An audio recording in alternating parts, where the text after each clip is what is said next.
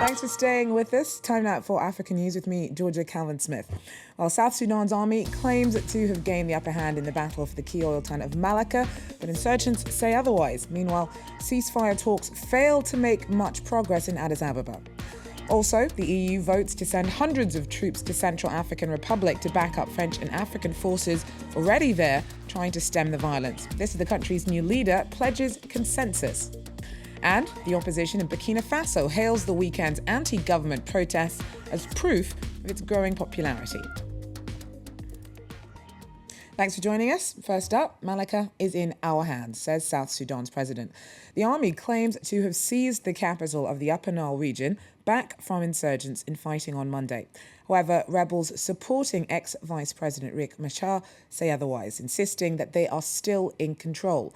Now, Malakal, like the city of Bor, has changed hands several times in a month of deadly clashes. Both cities have been devastated by fighting. Ethnic battle lines have pitted Machar's Nuer against President Salva Kiir's Dinka tribes. Now, Kiir has criticised the UN's involvement in the crisis, accusing it of trying to run the country. Take a listen. And if that is the position of Ban Ki-moon, he should make it clear that he wants the UN to take over South Sudan, so that nobody bothers around any other person. So the international community, yes, should be told really that they did not understand the situation. And if they were the ones who instigated Riek Machar to take this action, they really misadvised him. Well, Kiir on Monday did say that he'd pardon Machar if he surrendered. That is, though, an unlikely prospect. Ceasefire talks being held in Addis Ababa have made little progress, with the major sticking points being the question of Ugandan troops backing of Juba and rebel demands that political detainees are released. Frans van Kat will be following the story closely, so keep joining us for that if you can. Now, up to 600 European troops will be heading out to Central African Republic after the EU agreed to a rare joint military mission. Now, it would be the bloc's first major ground operation in over half a decade. The EU mission will back up French and African forces, helping secure the capital, Bangui. Now, it's caught up in escalating clashes between Christian and Muslim militia that have multiplied as the country spirals into crisis. That's been since a rebel takeover last year. Well, elected only today, the country's new leader, former Bangui mayor Catherine Samba Panza, has called for an end to the violence. There was joy and hope as the Transitional Assembly elected Catherine Samba Panza as the new interim president.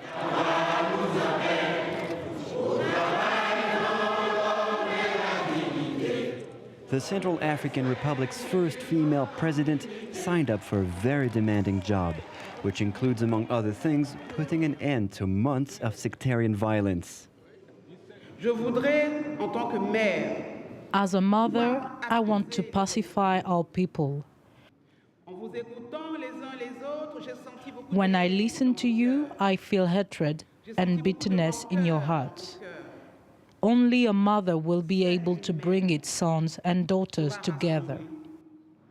Tous ses fils et ses filles divisés. 58-year-old Samba Panza is the mother of three and the mayor of the capital city, Bangui. She's perceived as a non-partisan politician. Her task at hand, convincing the Muslim and Christian communities that they can live side by side peacefully. And that's the end. That's the entire population has been waiting for. And this choice, and I do believe this choice will go beyond this center here to reach all the different sides. The newly elected president called members of the Christian militia Anti-Balaka and the Seleka to put down their guns and stop the violence. Samba Panza is expected to name her cabinet in the coming days and start paving the way for free general elections in 2015. Now, at least one person has been killed and several others injured in clashes in southern Algeria. Now, weeks of tensions between rival communities in the town of Gadaia erupted into violence over the weekend that continued until early Monday.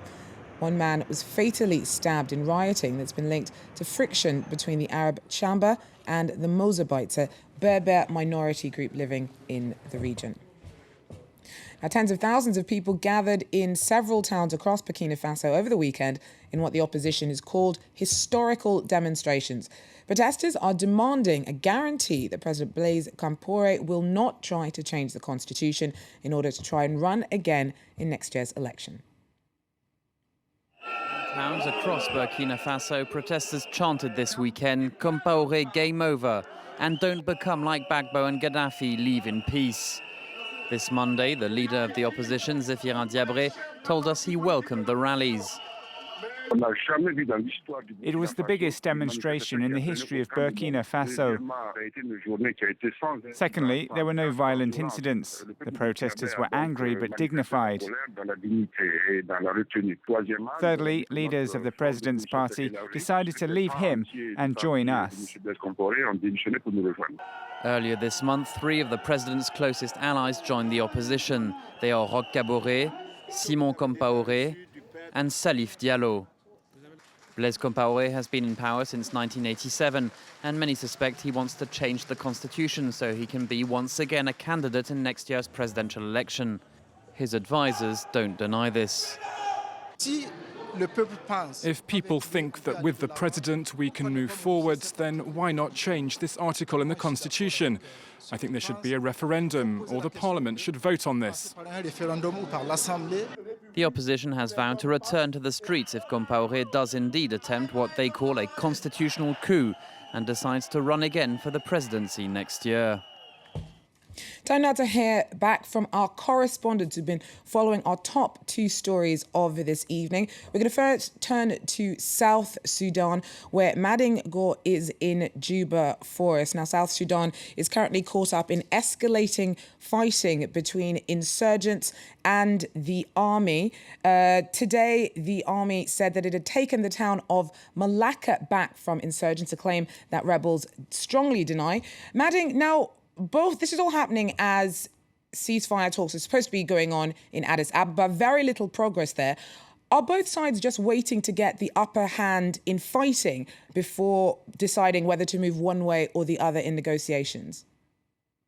There has been little progress in the talks that have been going on for the last 2 weeks between the rebels and the government of South Sudan. And indeed, both sides wanted to see how they perform militarily. And it seems that in the last few days, the government is taking the upper hand.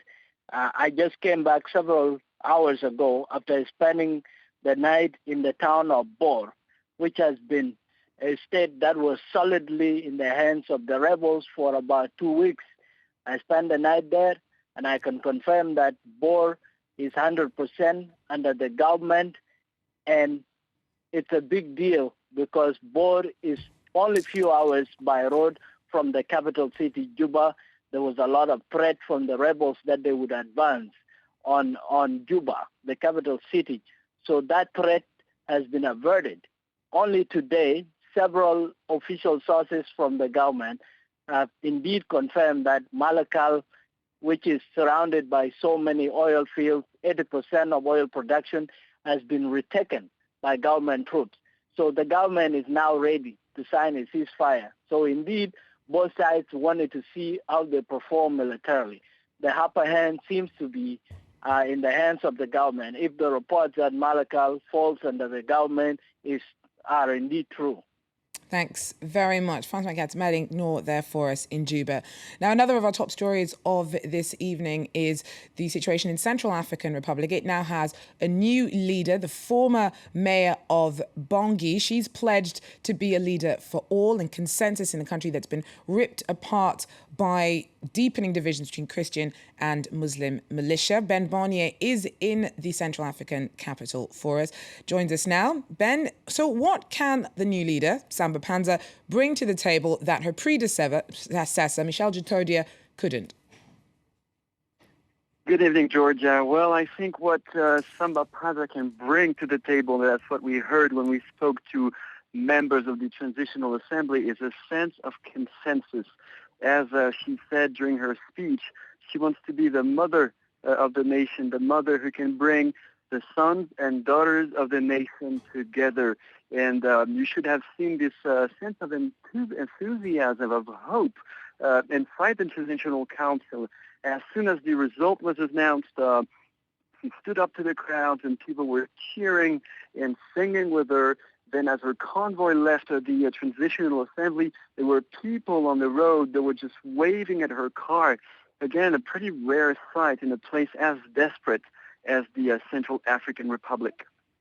Now, is there much hope that the EU's pledge to send hundreds of soldiers to back up the French and African forces already in the country will actually make much of a difference? Or is the focus on really getting the country back on track more on the kind of political consensus that is hopefully going to be brought in by Samba Panza? I think the answer, you really need both. On the one hand, you need strong institutions, leaders that people can trust and follow, no matter where they come from, whether they're Muslims or Christians. So definitely people are waiting for someone they want to follow, a leader. But the military front is just as essential.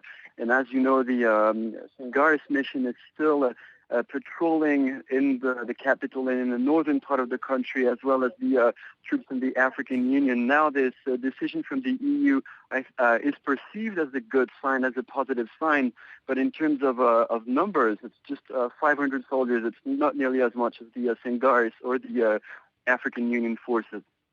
Thanks very much. Ben Barnier there for us in the Central African capital, Bangui. Well, that does wrap up, though, our bulletin for now. We will be back with more in an hour. So join us for that if you can. Take care.